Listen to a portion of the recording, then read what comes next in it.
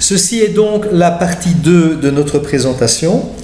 Dans la première partie, nous avons distingué les loges régulières et les loges irrégulières, en expliquant ce qui avait amené cette différenciation entre l'une et l'autre, notamment la notion de régularité maçonnique avec le premier principe que l'on appelle l'Atmark, qui est la reconnaissance d'un grand architecte de l'univers, avec évidemment une notion agnostique plutôt qu'athée, et l'existence, déjà la préexistence dans la maçonnerie régulière de toute façon du libre arbitre et de la libre pensée, mais dans ce cadre plus formel des landmarks de base. Et également, un des aspects qui n'a pas été abordé, c'est que dans les loges régulières, on n'a pas de débat de type sociétaux. On a uniquement des débats relatifs à l'individu et on travaille uniquement sur soi et pas dans le débat politique et sociétal. Nous avons également dans la première partie expliqué qu'une des premières émanations non régulières fut le Grand Orient et qu'un des premiers schismes, entre guillemets, ou raison de cette distanciation a été que dans la franc-maçonnerie continentale, la sécularisation était sans doute bien plus avancée et le besoin d'être dans une forme beaucoup plus laïque de la franc-maçonnerie, laïque et parfois même athée, mais sans que ce soit une obligation, et tout en gardant une ouverture bien entendu à la spiritualité, et le fait d'être laïque n'étant absolument pas la négation du besoin de l'homme d'être dans une forme de spiritualité, mais en distinguant dans cette spiritualité les individus qui ont un côté dogmatique et qui considèrent qu'une religion révélée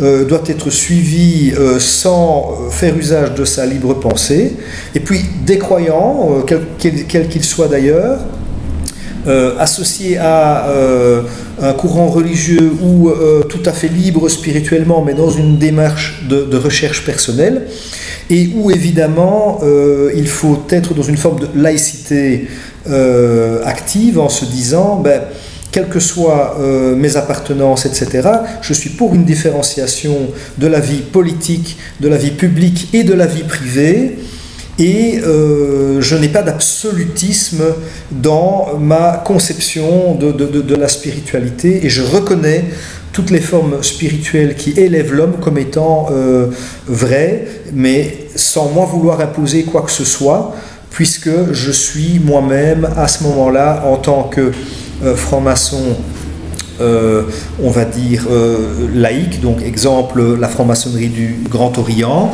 je suis moi-même de toute façon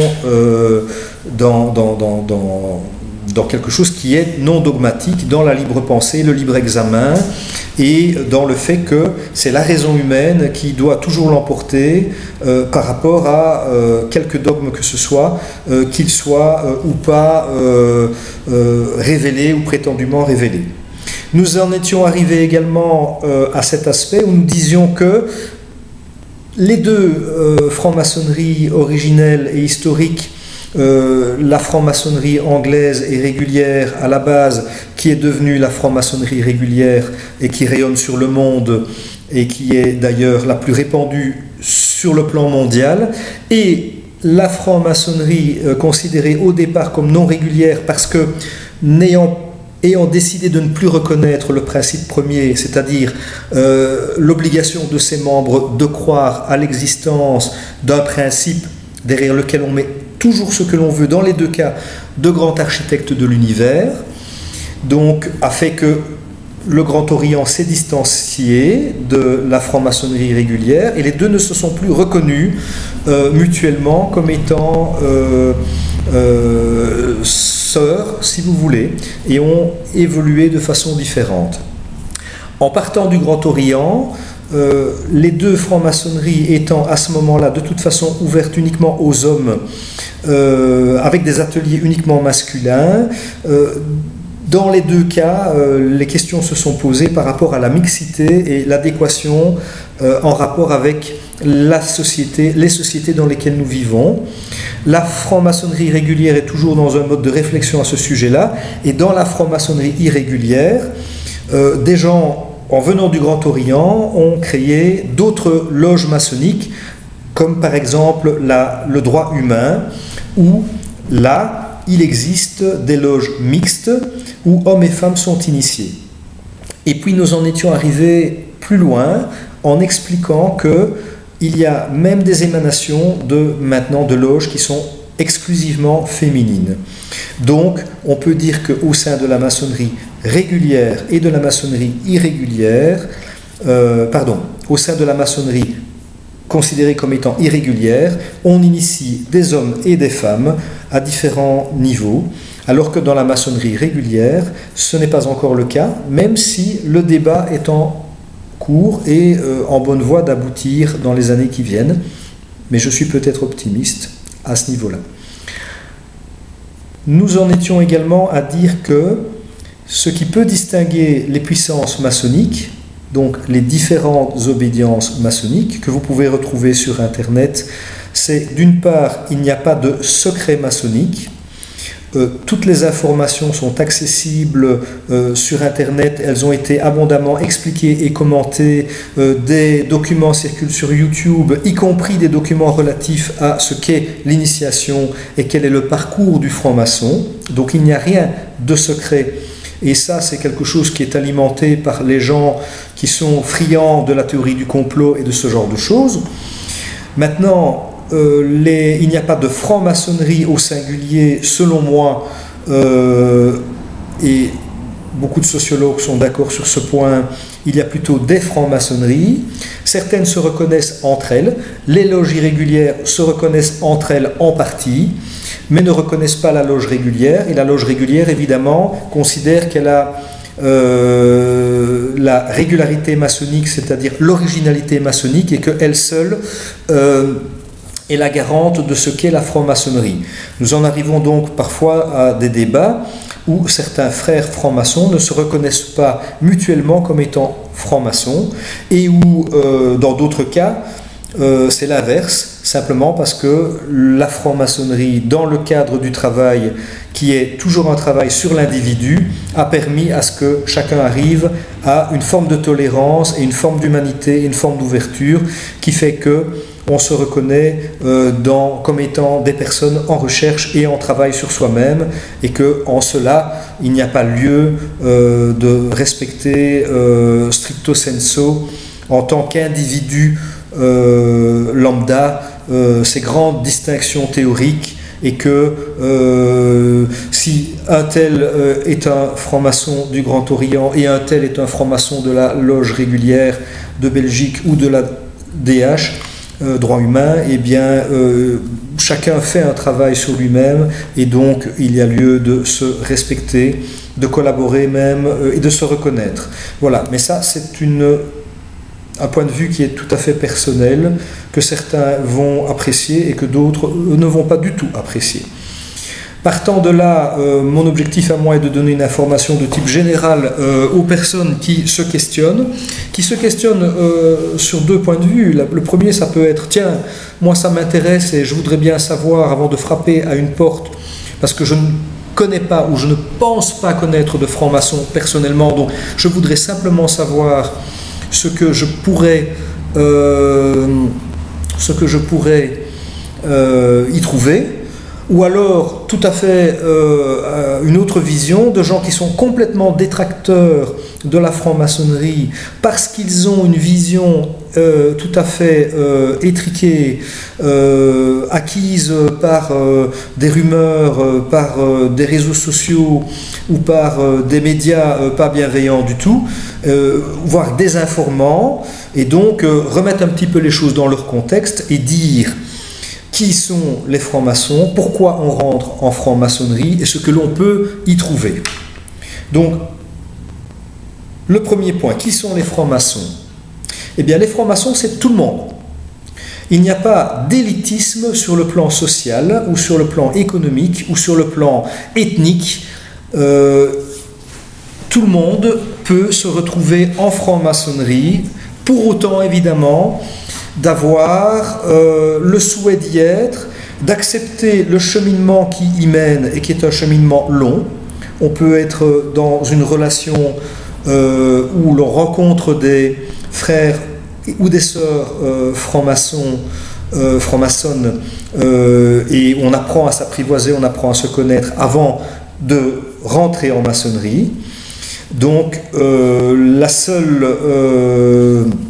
je vais dire, le seul bémol que je peux donner par rapport au fait que tout le monde peut être franc-maçon, c'est simplement que tout le monde a le droit aussi de ne pas accepter que le chemin qui permet de devenir franc-maçon fait partie de l'initiation et que ce chemin peut être long et que certains francs-maçons sont mis en attente, en observation, ont des relations tout en n'étant pas à l'intérieur de la maçonnerie avec des francs-maçons qui apprennent à les connaître pour voir si vraiment ils pourront se sentir bien au sein d'une loge ou d'un atelier si vous préférez, et que cette période d'observation fait partie du travail et peut prendre des années.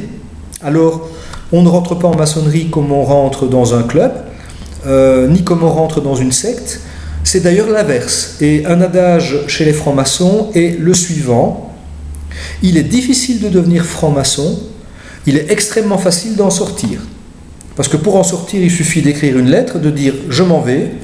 Vous n'avez pas à justifier pourquoi, on vous le demandera peut-être pour des raisons d'intérêt personnel ou pour voir ce qui s'est passé, mais vous partez quand vous voulez.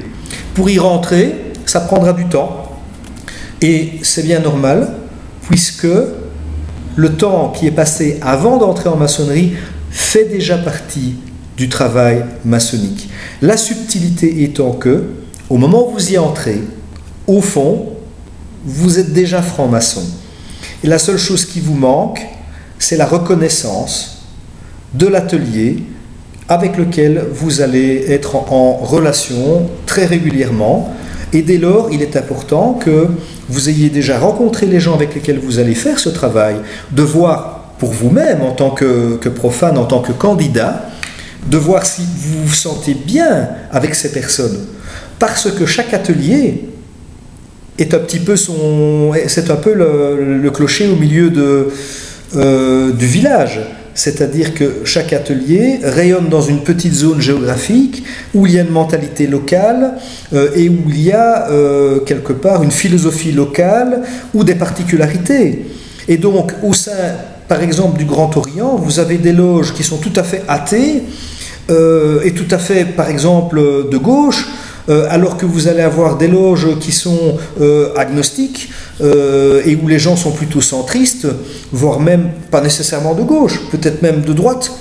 Voilà, vous avez des loges où vous allez avoir des gens qui sont pour la plupart dans des professions liées au fonctionnariat, des gens qui travaillent pour l'État, des gens qui sont des enseignants, des gens qui sont des éducateurs, des gens qui sont au sein de l'institution, au service du citoyen et de la société. Et puis dans d'autres loges, vous allez avoir des hommes d'affaires, des entrepreneurs.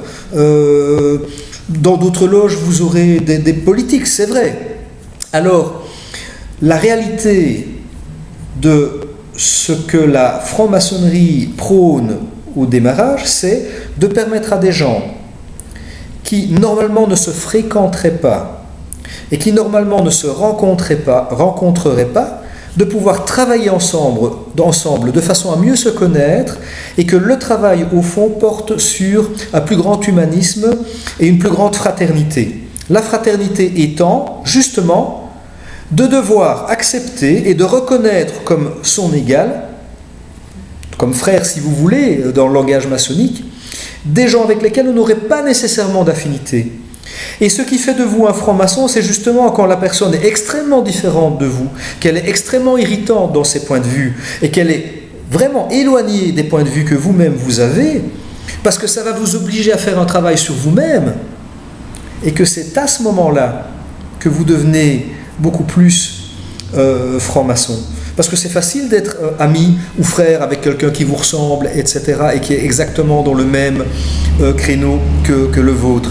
mais c'est beaucoup plus difficile quand les gens sont extrêmement différents. Donc, à titre personnel, quand dans un atelier, les gens sont trop semblables et pas suffisamment diversifiés, pas suffisamment variés, là je trouve qu'on loupe peut-être un des objectifs. C'est un avis personnel et ce n'est absolument pas comme ça dans la majorité des loges, mais malheureusement, dans certains cas, lorsque un candidat qui n'est pas connu frappe à la porte, eh bien, ça peut arriver que s'il est extrêmement dérangeant ou extrêmement différent, il ait des difficultés à se faire accepter. Et simplement parce que les loges maçonniques sont des organisations humaines et qu'elles ne prétendent pas être parfaites, qu'elles ont l'obligation d'initier des gens qui sont considérés comme libres dans leurs pensées, dans leur vie, etc., et de bonnes mœurs, et que ce sont les deux seuls obstacles qui pourraient s'opposer à l'initiation en théorie, mais que dans la pratique, chaque atelier a évidemment envie de s'adjoindre des personnes avec lesquelles le relationnel ne sera pas trop compliqué. Et que dès lors, ça fait partie aussi parfois des recommandations des autorités maçonniques, des grands maîtres par exemple, etc., qui doivent essayer d'ouvrir un peu plus certaines loges ou certains ateliers de manière à ce que justement cette diversité existe, diversité de la pensée, diversité, parce que l'objectif, il est là, il est de créer de la fraternité là où il n'y en aurait pas nécessairement, et que le contrat maçonnique, c'est-à-dire quand le franc-maçon entre en maçonnerie, il accepte de respecter un certain nombre de principes que je ne vais pas tous dévoiler ici, non pas parce qu'ils sont secrets, mais parce que si vous avez une démarche à un moment donné d'y rentrer, vous n'aurez plus de plaisir à la découverte. Et donc, un certain nombre de principes auxquels le franc-maçon adhère et qui l'oblige à être dans ce rapport fraternel avec l'autre, même et surtout quand il est très différent. Et donc c'est dans ce travail-là, dans ces rencontres-là, que l'on devient vraiment franc-maçon.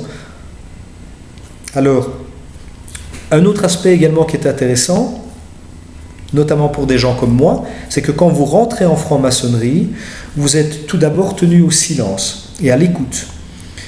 Pourquoi? Simplement parce que vous devez faire ce travail d'humilité.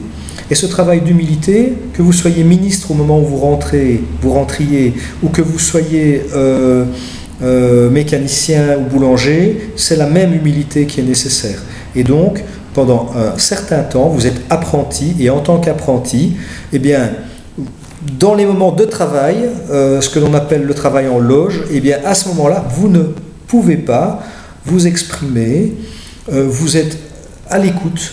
Et puis quand le travail en loge se termine, bien entendu, il y a à ce moment-là la sortie du temple, et puis les gens se réunissent, et on est dans une atmosphère, et on est dans un cadre qui n'est plus formel, et alors évidemment, on prend un verre ensemble, on rigole ensemble, on se côtoie d'une autre manière. Et ce qui est extrêmement intéressant, c'est que les grades avec lesquels vous entrez en maçonnerie n'existent pas. Vous pouvez être ministre, vous pouvez être médecin, avoir l'habitude que les gens soient dans une dévotion par rapport à vos titres dans la société. Quand vous êtes en maçonnerie, vous vous appelez Pierre, vous appelez Paul, vous appelez Jacques, vous appelez Mohamed, vous appelez Abdel, vous appelez Lucie, vous vous appelez Sophie, vous vous appelez Fatima, peu importe, mais on ne vous appelle pas votre prénom et c'est tu. Quelle que soit votre fonction, directeur, ministre ou boulanger, c'est pareil. D'ailleurs, la tradition dit que le grand maître qui a initié un des rois d'Angleterre était le facteur du village. Mais quand il était dans la loge maçonnique, il était le grand maître et le roi était apprenti et il se taisait et il faisait comme tout le monde quand on est apprenti, c'est-à-dire on est au service à ce moment-là des frères et on apprend l'humilité et on sert au bar et on sert à table et on prépare les choses. Voilà, et c'est un très bon rappel pour certains. Et tout le monde y est passé. Et contrairement à ce que l'on imagine, plus les gens progressent dans ce que l'on appelle les grades maçonniques, il y en a 3 à la base. Vous êtes apprenti, et puis vous devenez compagnon, et puis vous devenez maître. Et l'endroit où le grade dans lequel vous êtes le plus au service des autres, c'est quand vous êtes maître. Parce que là, vous avez beaucoup de travail bénévole et vous êtes au service de tout le monde.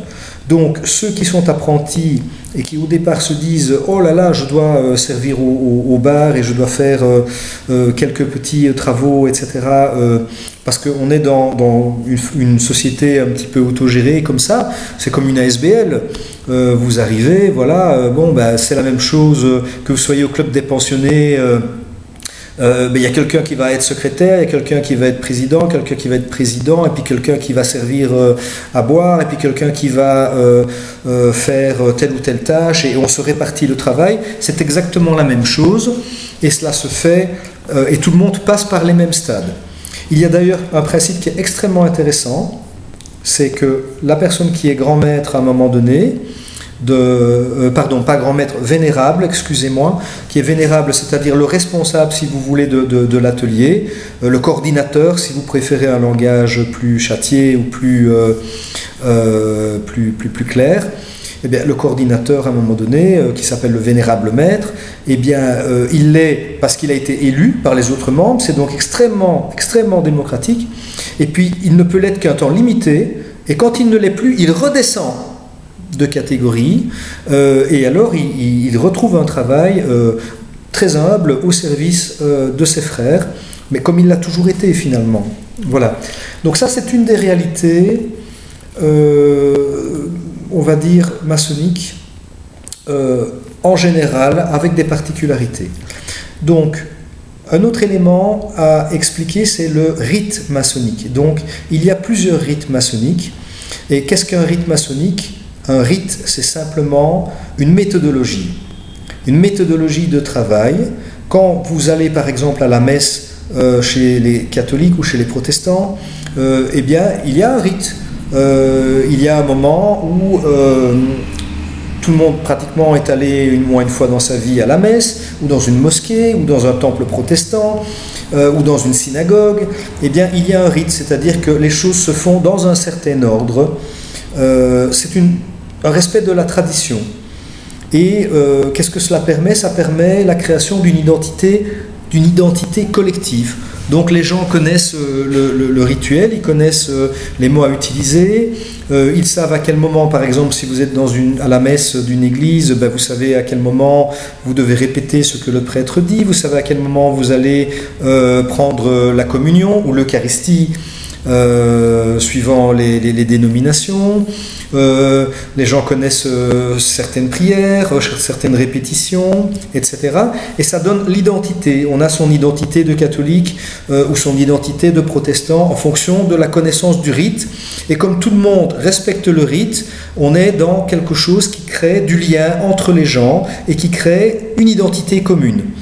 Eh bien, dans les rites maçonniques, c'est exactement la même chose, à l'exception d'un élément supplémentaire qui est que le rite permet aussi de faire ce que l'on appelle un travail symbolique. C'est-à-dire que la symbolique, c'est la prise de conscience que nous vivons dans une société qui est pleine de symboles et que dans un symbole, il y a beaucoup plus de possibilités de communiquer que dans les mots. Voilà. Voir une croix pour un catholique ou voir l'étoile de David pour un juif, voir la petite lune islamique ou une main de Fatma, etc., est un symbole beaucoup plus parlant pour un croyant, parce que derrière ce symbole, c'est toute une émotion, c'est toute une histoire, ce sont plein de choses qui passent. Eh bien, dans la franc-maçonnerie, il n'y a pas un symbole, mais on travaille sur tous les symboles dans l'universalité. Et en travaillant sur tous les symboles, on est beaucoup plus en relation avec ce que c'est que notre humanité et ce qu'elle porte. C'est un travail, c'est une technique de travail, et qui permet aussi une grande liberté. Mais comme on travaille avec les mêmes symboles, sur les mêmes symboles, eh bien, à ce moment-là, ça permet aussi de préserver la libre pensée, de rester dans l'adogmatisme, mais tout en ayant quand même une méthodologie, une rigueur et des formes.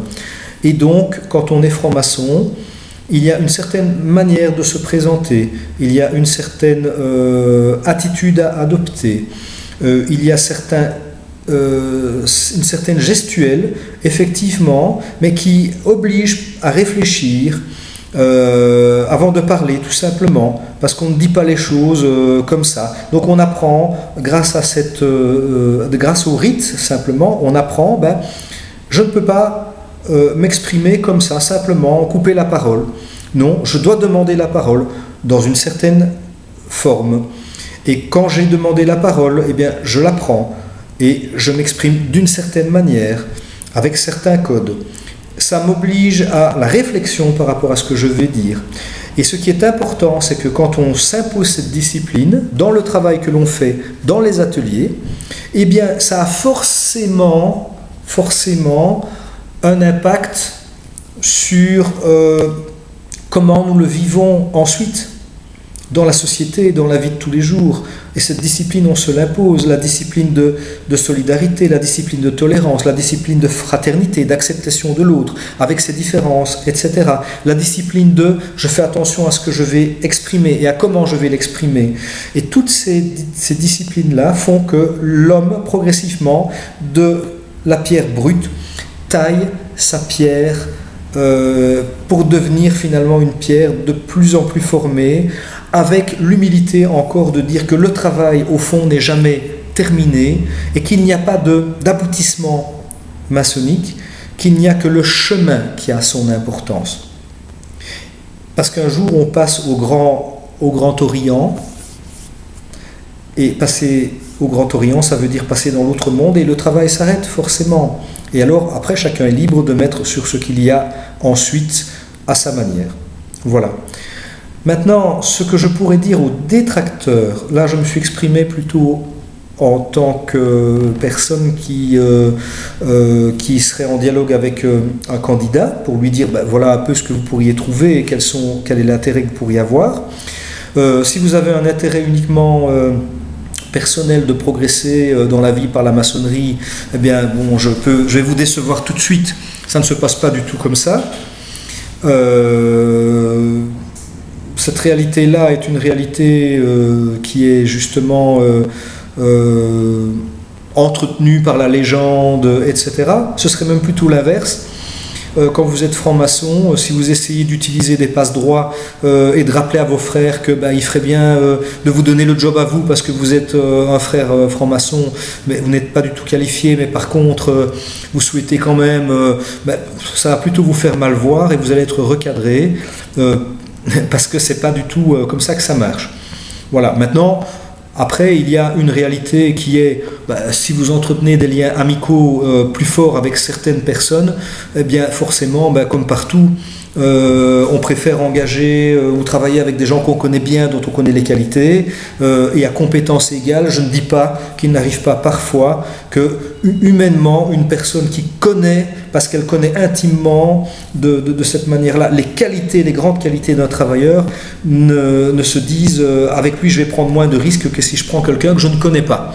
Et donc ça, je ne dis pas que ça n'existe pas, mais on n'a pas de passe-droit parce qu'on est franc-maçon. Ça non plus, ça n'existe pas.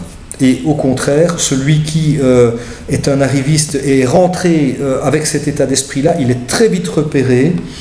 Et s'il est facile pour un franc-maçon de sortir de la maçonnerie, il est également extrêmement facile pour un atelier de dire désolé, mais on pense qu'on s'est trompé et on va simplement à un moment donné réunir un comité disciplinaire et faire un recadrage, voire une exclusion. Ça se fait aussi.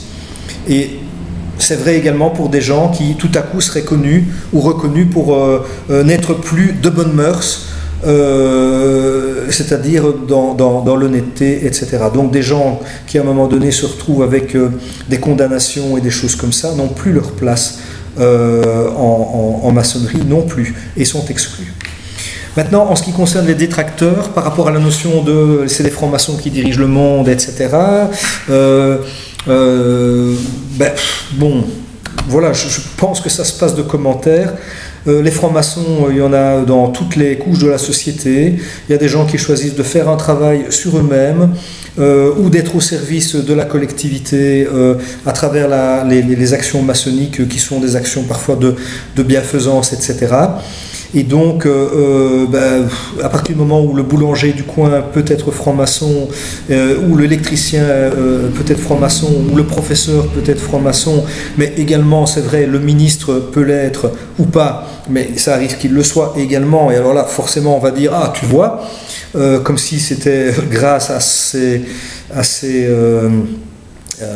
son appartenance à la franc-maçonnerie qu'il était devenu ministre. Je pense qu'il l'est devenu parce qu'il était dans un parti politique, qu'il a été connu et reconnu dans un parti politique, et puis qu'il est devenu ministre. Mais on n'a jamais accusé, à mon sens, un boulanger d'avoir réussi à devenir boulanger parce qu'il était franc-maçon. Et il y a des boulangers bien plus heureux et bien plus épanouis que des ministres. Donc là, ça se passe presque de commentaires, tellement ce que je lis et ce que j'entends et ce que je vois est idiot.